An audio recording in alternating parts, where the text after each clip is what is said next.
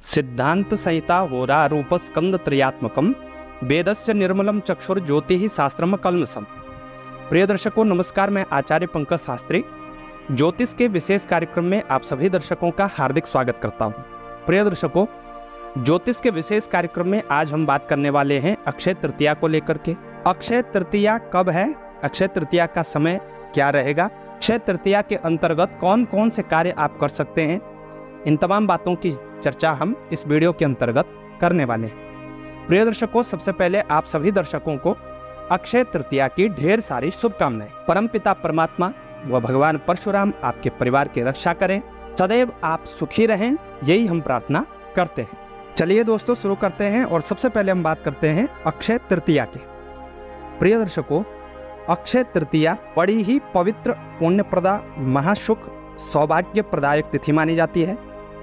गणना के अनुसार इस तिथि से त्रेता युग आरंभ हुआ था और कल्प के भेद से कई विद्वान जन सतयुग का प्रारंभ इसी तिथि से मानते हैं। ये अपने आप में स्वयं सिद्ध तिथि कहलाती है। इस तिथि में किया गया कार्य निसंकोच सिद्धि प्रदायक होता है। उसमें अनेक प्रकार की सिद्धियां आपको प्राप्त होती हैं और वह कार्य शुभ ही होता है। प्रिय दर्शकों, अक्षय तृतीया में किए गए स्नान, दान, जप, तप, होम, देव पितृ तर्पण आदि शुभ कर्मों का फल अनंत गुना बढ़ जाता है और यह तिथि स्वयं सिद्ध मुहूर्तों के अंतर्गत आती है, जिसको हम अबुझ मुहूर्त भी कहते हैं। और अक्षय तृतीया की इसी शुभता के लिए हर वर्ष अनेकों भक्तगण इस तिथि की प्रतीक्षा करते हैं और उसी में अपने सभी शुभ कार्यों का संपादन करते हैं। प्रिय दर्शकों, इस वर्ष यह तिथि 10 मई 2024 शुक्रवार के दिन होगी। इसी दिन भगवान परशुराम का जन्मोत्सव भी मनाया जाएगा। अक्षय तृतीया का पर्व भी होगा। लोग इस तिथि में अनेक प्रकार की खरीदारी करते हैं, स्वर्ण इत्यादि आभूषणों की खरीदारी करते हैं, अनेक प्रकार के पूजन करते हैं और ये अपने आप में स्वयं सिद्ध मुहूर्त है, इसमें कोई संकोच नहीं करना चाहिए। लेकिन इस वर्ष कुछ कार्यों को लेकर के लोग विशेष रूप से संकोच में हैं और उसका कारण है दो मुख्य शुभ ग्रहों का अस्त होना।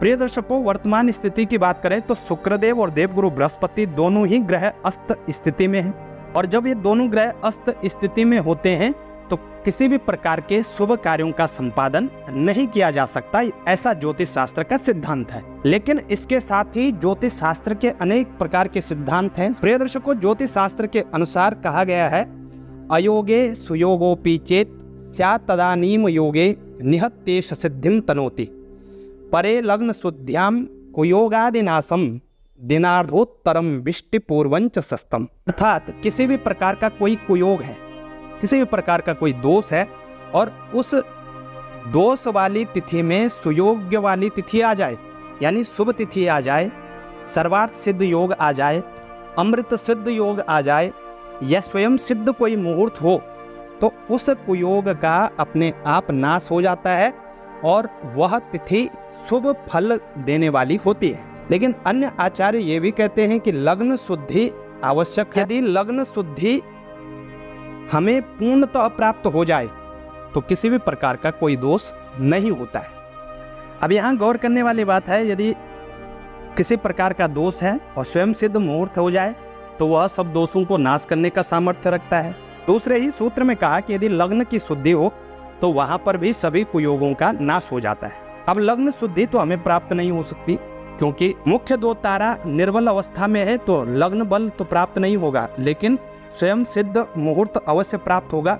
ऐसी स्थिति में बड़ी उलझने हैं लोग, चाहे वो संस्कारों को लेकर के, विशेष रूप से विवाह संस्कार, मुंडन संस्कार इत्यादि को लेकर के बड़े परेशान हैं कि कर सकते हैं या नहीं कर सकते हैं। तो प्रिय दर्शकों, यहाँ पर भी एक स्थिति है। ज्योतिष शास्त्र के अनुसार यदि आप बहुत आवश्यक की स्थिति में हैं तो विवाह संस्कार हो, गृह प्रवेश हो, भूमि पूजन हो, मुंडन संस्कार हो, अन्नप्राशन संस्कार हो, यानी संकोच आप 10 मई 2024 को कर सकते हैं। तिथि सदैव उदय व्यापनी ही ली जाती है, तो 10 मई को ही उदय व्यापनी तिथि रहेगी, जो कि 10 मई रात्रि में 3:51 3:51 AM तक रहेगी। इसलिए इस समय तक सभी कार्य किए जा सकते हैं। इसको वार से नहीं जोड़ना चाहिए बल्कि तिथि से जोड़ना चाहिए। इसलिए 10 मई 2024 प्रातःकाल सूर्य उदय से लेकर के रात्रि 3:51 तक, यानी अंग्रेजी तिथि के अनुसार 11 मई 2024 3:51 AM तक आप सभी शुभ कार्य कर सकते हैं। प्रिय दर्शकों, हर संस्कार व हर शुभ कार्य की भी अपने एक नियम होते हैं। जैसे कि भूमि पूजन आप करवाना चाहते हैं तो इसको प्रातः काल में ही किया जा सकता है, मध्याह्न काल में किया जा सकता है, लेकिन सूर्यास्त के बाद भूमि खोदना शुभ नहीं माना जाता, इसलिए रात्रि काल में भूमि पूजन नहीं किया जा सकता है। गृह प्रवेश प्रातः काल से लेकर के सायंकाल तक ही किया जा सकता है। इसी प्रकार मुंडन संस्कार भी प्रातः काल से लेकर के सूर्यास्त तक ही करना चाहिए। अब विवाह संस्कार की बात की जाए तो प्रिय दर्शकों, विवाह संस्कार वैसे आवश्यक कार्यों में तो नहीं आता है। विवाह के लिए प्लान किया जा सकता है और यदि प्लान किया जा सकता है तो रुक सकते हैं, लेकिन आवश्यक की स्थिति हो तो दिन के मुहूर्त को आप ग्रहण कर सकते हैं। लेकिन इसी तिथि के अंतर्गत नववधू का प्रवेश होना चाहिए।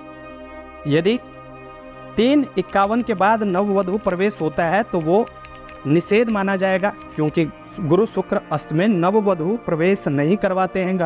घर में नई बहू का प्रवेश नहीं करवाते हैं।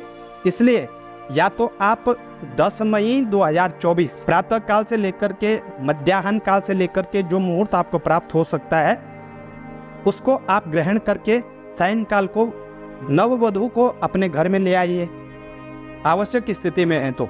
अन्यथा 3:51 से पूर्व वधू का प्रवेश होना चाहिए। उसके उपरांत विवाह तो हो जाएगा, लेकिन नववधू प्रवेश आप नहीं करवा सकते हैं और ना ही बेटी को घर से गुरु शुक्र अस्त में विदा करना चाहिए।